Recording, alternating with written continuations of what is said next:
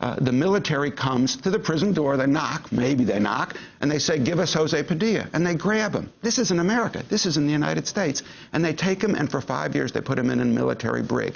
Two of the memos justify and say the president had the power to do that to Jose Padilla, an American citizen living in the United States, that the military could come in and get him.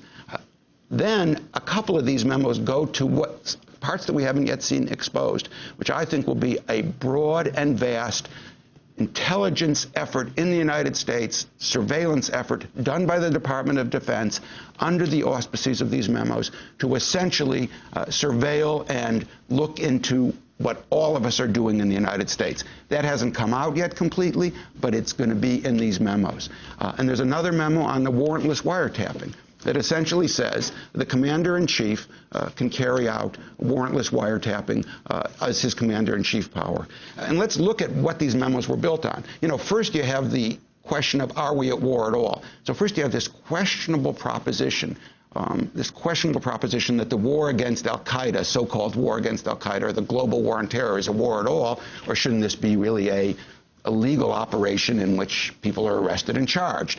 So my position, of course, is this should have been done under law. But so they first make a questionable assumption about war, and then once they call it a war, they then say, well, the president's the commander-in-chief, and under war, commander-in-chief power, he can do whatever he wants. So even had this been a Second World War, he couldn't have the power that he's asserting here. I have to say that, you know, to see these memos, to put it into that they were actually instrumentalized, this is not just theoretical. This is what was happening here for 8 years, essentially a dictatorship. And then to see the response of many of the Democrats here to saying, oh, well, let's just expose it and turn the page. I mean, what we're saying is that's the way it's going to happen again, because unless you prosecute people, there's no deterrence for not doing this again. And it's out there, it's public. If you're going to do a commission, and I'm opposed completely to the Leahy type, if you're going to do one, you can't bury the issue of prosecution. You have to appoint a special prosecutor and make sure a commission of inquiry works together, because a commission can tear up and finish off prosecutions by giving immunity. And Michael, the prime author of these memos, John Yoo, what happened to him? He went back for a while, left the Bush administration, went back to Berkeley Law School to teach. What's happened with him since? First of all, I think that these memos, these most recent ones, shred any semblance, any scintilla of reputation that John Yoo ever had, that he was, you know, doing something in essentially an honest way. I mean, this finishes his reputation. I think the questions we're faced with are, is he going to be disbarred, and is he going to be prosecuted?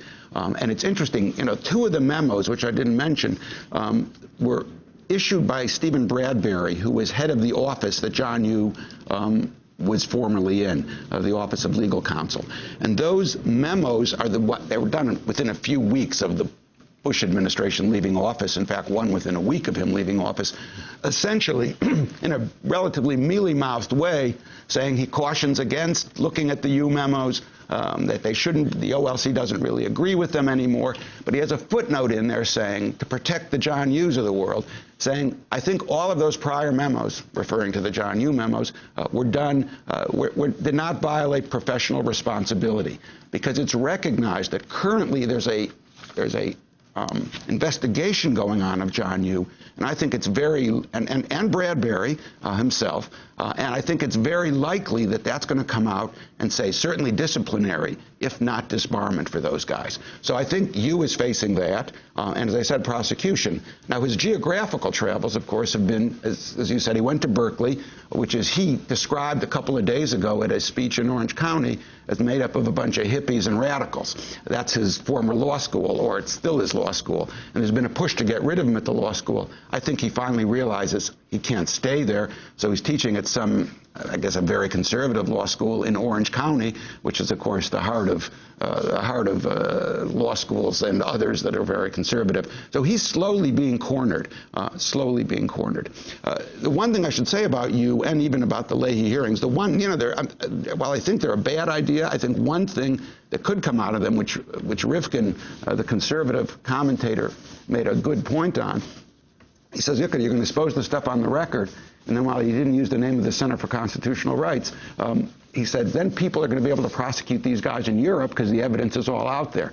And that's correct. As more and more information comes out and these memos come out, we're going to continue to pursue efforts in Europe and pursue prosecution at home. The center actually currently has a campaign, if people go to our website, to actually tell Leahy, this is not enough, we want prosecution. Where is Donald Rumsfeld? Well, you know, he and Rice, right? They're, you know, what is California? What is, like a magnet for right-wingers? You know, they're both at the, what is it now, on the campus of Stanford? What's it called? The Hoover Institution? Yeah. So they're there, or they're going there, Rice and Rumsfeld, and they're going to be some kind of scholars in residence at Stanford, at the Hoover Institution. And there's apparently a protest that was starting either yesterday or today objecting to that. So, you know, maybe we can all get them into a corner of Orange County and actually give them their own country and just put prison walls around it. You know, I'm not sure, Amy. And are there other countries that are pursuing a possible prosecution against any of these Bush administration officials? Well, I think right now what's happening is they're going to wait and see what Obama does. If Obama doesn't do anything in the next few months, I think there's going to be a huge push in Europe. At the same time, there is stuff going on in Europe, and that's when there's conduct or illegalities on the country itself, they don't have to wait for the United States. So you have investigation that we've talked about here in Italy of the CIA agents going on who kidnapped Egyptian cleric off the street. In Spain, you have a... Explain that. You have CIA officers being tried in absentia in Italy. That's correct. There were 24 CIA officers involved in a conspiracy to kidnap an Egyptian cleric off the streets of Milan. There's an independent prosecutor in Italy who has been running a trial now for probably a year or more, in which testimony is being taken on what those CIA agents have done. I think there's arrest warrants issued for a number of those people throughout Europe. So that's one relatively successful effort in Italy. And again, if you look at it, they actually kidnapped someone and violated the sovereignty of Italy, so they went after them. Spain, likewise, has an investigation going on with the court, a judge, because the rendition flights landed in Majorca, they landed in Spain, and so Spain looked at its territory has been violated. So that's going on. But I think overall what we're seeing here is, I mean, from my perspective, we're seeing actually more push for prosecutions than I actually expected. That the American public, it seems, is not really giving the sort of Obama line, let's look forward and not backward. Of course, to me, prosecutions is looking forward because that's how you prevent torture in the future. So I think we're seeing a much greater push.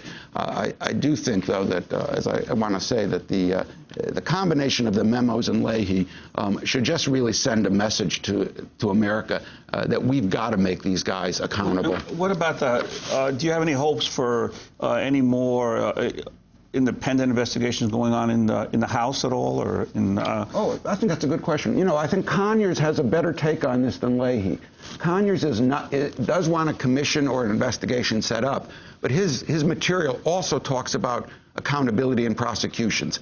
I think if you had a commission here, not a commission, I would never call this a truth commission. I mean, this is not South Africa. This is not, you know, an emerging democracy from, you know, Chile or something. This is supposedly was a functioning democracy. In that case, you don't need, quote, a truth commission. What you need is a commission of inquiry that's going to lead to prosecutions. And I think that's much more what Conyers is looking for. I'm sure he's in favor of prosecutions. And, you know, there's a huge effort, a grassroots effort out there. There's petitions, hundreds of thousands of people have signed this stuff. Finally, Maher Arar, the Center for Constitutional Rights, Michael Ratner, has represented this Canadian citizen who was sent by the United States when he was transiting through JFK Airport, took him, held him in detention, then sent him to Syria, where he was tortured, eventually got back to Canada. Tell us what is happening. This is a new administration, the Obama administration. What's happened with this case? He was awarded $10 million by the Canadian government? He was awarded $10 million, completely cleared.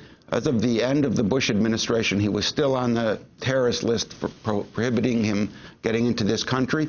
and there's a major lawsuit that the center has pending. We're awaiting word from that from the Second Circuit here in New York. It was argued before the full set of judges on whether or not he could sue his torturers, or really sue the people who sent him to torture, the FBI agents, Ashcroft and others, and whether that's a constitutional violation.